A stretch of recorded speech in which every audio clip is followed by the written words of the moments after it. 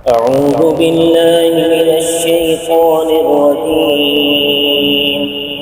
بسم الله الرحمن الرحيم. الله لا إله إلا هو الحي القيوم لا تأخذه سنة ولا نوم له ما في السماوات وما في الأرض من ذا الذي يشفع عنده إلا بإذنه يعلم ما بين أيديهم وما خلفهم ولا يحيطون بشيء من علمه إلا بما شاء وسع كرسيه السماوات والأرض ولا يؤوده حفظهما وهو العلي العظيم. صدق اللہ العظیم. قرآن کریم یہ سارا کا سارا ہی اللہ تعالیٰ کا کلام ہے، مگر سارے قرآن میں سب سے فضیلت والی آیت یہ آیت الکرسی ہے. اللہ لا الا هو الحی القیوم سے لے کر وہو العلی العظیم تک یہ ایک آیت ہے. یہ ہر مسلمان کو یاد ہونی چاہیے. بخاری شریف کی روایت ہے کہ حضور اکرم صلی اللہ علیہ وسلم نے ارشاد فرمایا کہ جو شخص آیت الکرسی صبح کو پڑھے شام تک جنات اور شیطان کے اثر سے محفوظ رہے گا، اور جو آدمی یہ آیت شام کو پڑھے وہ اللہ کے فضل و کرم سے صبح تک شیطان اور جنات کے اثرات سے محفوظ رہے گا. یہ خود بھی یاد کریں اور بچوں کو بھی یاد کروائیں اور اپنی گھر کی عورتوں کو بھی یاد کروائیں، اور انہیں یہ سبق دو کہ جس وقت صبح اٹھیں تو یہ آیت الکرسی پڑھیں، اور جب رات کو سوئیں تو یہ آیت کریمہ پڑھ کے سوئیں. اس آیت کریمہ سے زیادہ درجے والی قرآن کریم کی کوئی آیت نہیں ہے. اس آیت کو آیت الکرسی کہتے ہیں. اللہ لا الہ الا ہو، اللہ تعالی ہی ہے، اس کے سوا کوئی الہ نہیں ہے. کوئی حاجت روا، مشکل کشا، فریاد رس اور دستگیر نہیں ہے. الحی، ہمیشہ سے زندہ ہے، اس پر موت نہیں آئے گی، نہ اس کی ابتدا ہے اور نہ اس کی انتہا ہے. القیوم، یہ القیوم کے دو معنی کرتے ہیں. ایک تو یہ ہے کہ قائم رہنے والا، یعنی اس پر زوال نہیں ہے، اور دوسرا معنی ہوتا ہے قائم رکھنے والا. انت قیم السماوات والارض، کہ اے پروردگار تو آسمانوں اور زمینوں کو قائم رکھنے والا ہے، یعنی تیرے حکم سے یہ زمین و آسمان کھڑے ہیں. لا تأخذہ سنۃ، نہیں پکڑتی اللہ تعالیٰ کو اونگ، نیند سے پہلے جو غنودگی آتی ہے اللہ تبارک و تعالیٰ کو وہ غنودگی بھی نہیں آتی. ولا نوم، اور نہ نیند.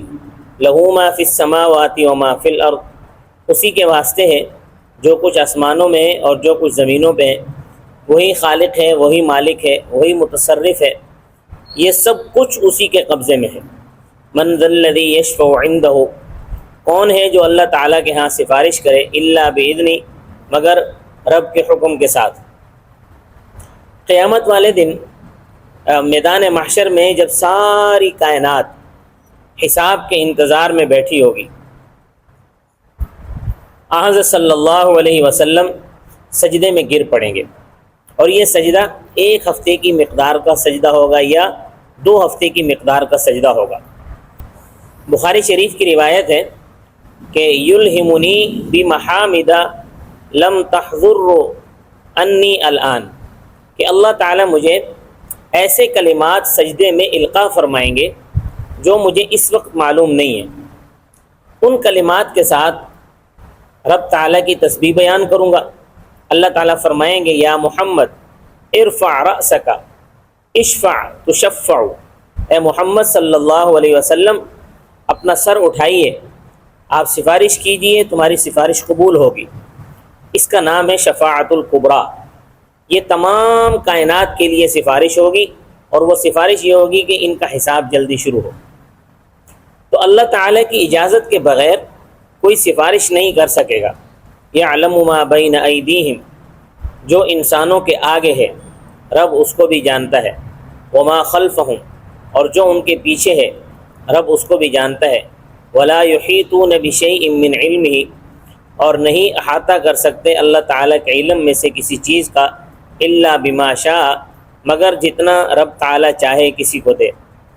ہمارا ایمان ہے کہ آن حضرت صلی اللہ علیہ وسلم کو اللہ تبارک و تعالیٰ نے جتنا علم دیا ہے وہ اور کسی کو عطا نہیں کیا گیا، لیکن باوجود کثیر علم حاصل ہونے کے عالم الغیب صرف اللہ تعالیٰ ہے۔ عالم الغیب کا معنی یہ ہے کہ ایک رتی اور ایک ذرہ بھی اس کے علم سے خارج نہ ہو، اور وہ صرف رب ہے جس کی یہ صفت ہے۔ ہاں، اخبار الغیب، انباء الغیب اللہ تعالیٰ کے پیغمبروں کو بتائی گئی ہیں، اور ان میں سب سے زیادہ حضرت صلی اللہ علیہ وسلم کو بتائی گئی ہیں، جیسا کہ قرآن کریم میں ارشاد فرمایا تلک من انباء الغیب نوحیہا الیک، کہ یہ سب غیب کی خبریں ہیں جو ہم آپ کی طرف وحی کرتے ہیں۔ کل غیب یہ صرف رب تعالیٰ کی صفت ہے، اور اس میں کل غیب میں اس کا کوئی شریک نہیں ہے۔ تو فرمایا وسع کرسیہ السماوات والارض، وسیع ہے کرسی اس کی آسمانوں اور زمینوں پر۔ یہ 7 آسمان ہیں، ان کے اوپر کرسی ہے، اوپر عرش ہے۔ کرسی اور عرش کی نسبت دارقطنی کی روایت ہے کہ جیسے ایک بہت بڑا وسیع میدان ہو اور اس میدان کے اندر ایک بس کا ٹائر پڑا ہوا ہو، تو یہ بہت بڑے وسیع میدان میں ایک ٹائر کی کیا حیثیت ہے، تو نظر بھی نقطے کی طرح آئے گا۔ اسی طرح 7 آسمان اور 7 زمینیں یہ کرسی کے مقابلے ایسی ہیں جیسے کہ ایک وسیع میدان میں بس کا ٹائر پڑا ہو۔ پھر عرش اور کرسی کی نسبت اس طرح فرمایا، اس طرح سمجھو کہ عرش وہ میدان ہے اور کرسی اس کے مقابلے میں ایک ٹائر کی مانند ہے۔ جسم کے لحاظ سے عرش سے بڑا جسم کسی چیز کا نہیں ہے، اور درجے کے لحاظ سے حضرت محمد رسول اللہ صلی اللہ علیہ وسلم سے بڑا کوئی نہیں ہے۔ ولا یؤودہ حفظہما، اور اللہ تعالیٰ کو زمین اور آسمانوں کی حفاظت نہیں تھکاتی۔ اس ذات کے سامنے ان چیزوں کی حفاظت کرنا کوئی دشوار کام نہیں ہے، اس کے لیے کوئی مشکل نہیں ہے، بہت آسان ہے اس کے لیے۔ وہو العلی العظیم، اور وہ بہت بلند ذات ہے اور بہت بڑی ذات ہے۔ تو آج سے شوق کے ساتھ صبح کے وقت بھی یہ آیت الکرسی پڑھو، اور شام کو سوتے وقت بھی یہ آیت الکرسی پڑھو۔ عورتوں کو پڑھاؤ، اپنے بچوں کو پڑھاؤ، اپنے گھر والوں کو پڑھاؤ، تاکہ تم جنات اور شیاطین کے شر سے محفوظ رہ سکو۔ یہ آیت الکرسی ایک قلعہ ہے، قلعہ کہ جب آدمی آیت الکرسی پڑھ لیتا ہے تو گویا وہ ایک قلعے کے اندر بند ہو چکا ہے۔ اب یہ جو باہر کے مضرات ہیں، یہ جو اثرات ہیں شیاطین کے، جنات کے، یہ اگر آتے بھی ہیں تو اس قلعے سے ٹکرا کر واپس ہو جاتے ہیں، انسان کو ان سے نقصان نہیں پہنچتا۔ وما علینا الا البلاغ المبین۔